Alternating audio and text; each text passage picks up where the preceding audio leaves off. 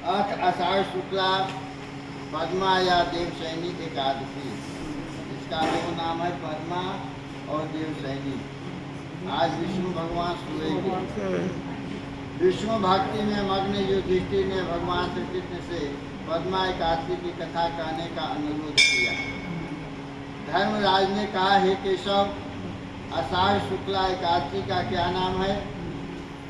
इस व्रत के करने की विधि क्या है और पूजन कैसे किया जाता है? श्री कृष्ण भगवान बोले, हे युधिष्ठिर, यह एकादशी पद्मा नाम से विख्यात है। पद्मा एकादशी की जो कथा ब्रह्मा जी ने नारद जी से कही थी, तब ब्रह्मा जी ने उत्तर दिया कि हे नारद, तुमने जीवों के उद्धार हेतु अति उत्तम प्रश्न किया है। एकादशी व्रत सब व्रतों में श्रेष्ठ है। इस व्रत से समस्त पाप नष्ट हो जाते हैं। जो व्यक्ति इस व्रत को नहीं करते वे नरकगामी होते हैं। इस व्रत के करने से भगवान विष्णु प्रसन्न होते हैं। अब तुमको एक पौराणिक कथा सुनाता हूँ। सूर्य वंश में मानधाता नाम के एक चक्रवर्ती राजा हुए। वे सत्यवादी और महान प्रतापी थे।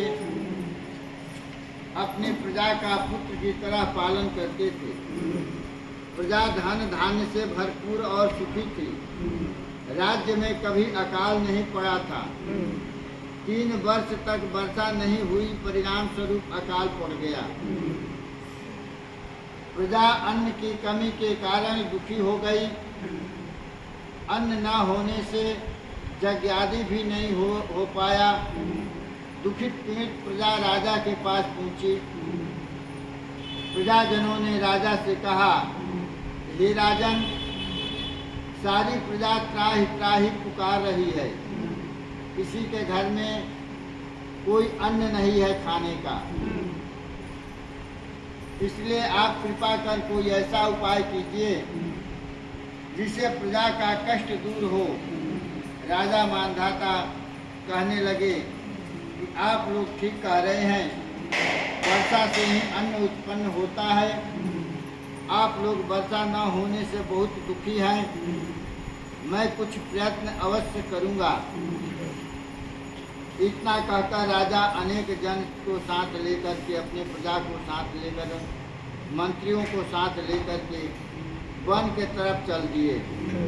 वह विभिन्न आश्रमों का भ्रमण करता हुआ ब्रह्मा के पुत्र अंगिरा ऋषि के आश्रम पर जा पहुँचे। राजा ने अंगिरा ऋषि को प्रणाम किया। मुनि ने राजा को आशीर्वाद दिया और कुशल क्षेम पूछी। राजा से आश्रम आने का कारण भी ऋषि ने पूछा। राजा ने हाथ जोड़कर विनय की कि भगवान, सब प्रकार से धर्म का पालन करने पर भी मेरे राज्य में अकाल पड़ा है। प्रजा अत्यंत दुखित है। राजा के पापों के प्रभाव से ही प्रजा को कष्ट मिलता है, ऐसा शास्त्रों में सुना है। जब मैं धर्म के अनुसार राज्य करता हूँ तो मेरे राज्य में अकाल क्यों पड़ा? इसका कारण मुझे ज्ञात नहीं है।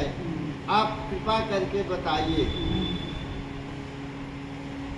विस्तार पूर्वक मुझे अकाल का कारण बताने की कृपा करें।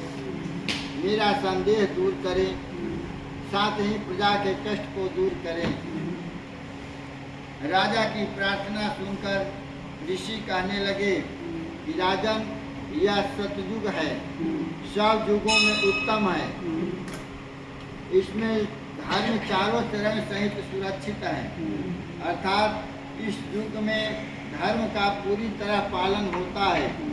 राजन, आपके राज्य में जिस व्यक्ति को जो कार्य सौंपा गया है वह वही काम करता है अथवा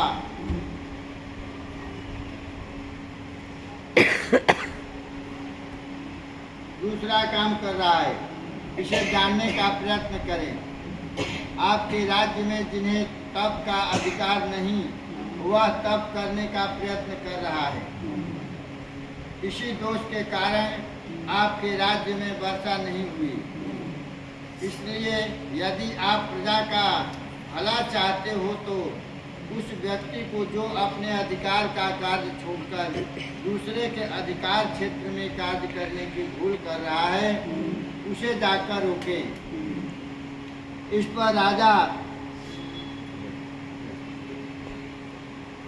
पर राजा कहने लगा कि महाराज, मैं अपनी प्रजा के लोगों को अपना धर्म पालन की सलाह अवश्य दूंगा, परंतु किसी महत्वाकांक्षी को अपनी उन्नति करने से नहीं रोकूंगा।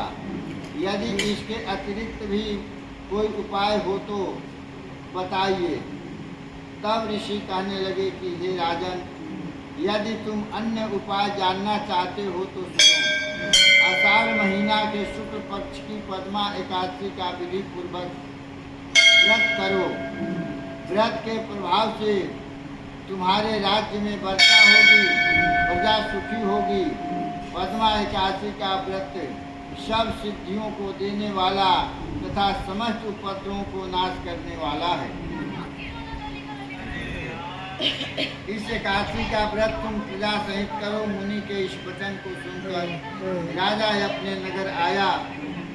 उसने विधित उस व्रत के प्रभाव से वर्षा हुई, प्रजा सुखी हो गई। पद्मा एकादशी का व्रत इस लोक में संपन्नता और परलोक में मुक्ति देने वाला है।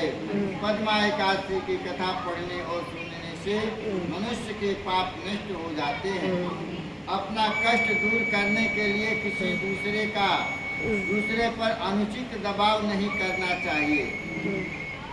सत्कार्य व्यक्ति स्वयं अपनी शक्ति के अनुसार करता है, किसी के दबाव नहीं दिया जाता है। बोलो वृंदावन बिहारी लाल की जय।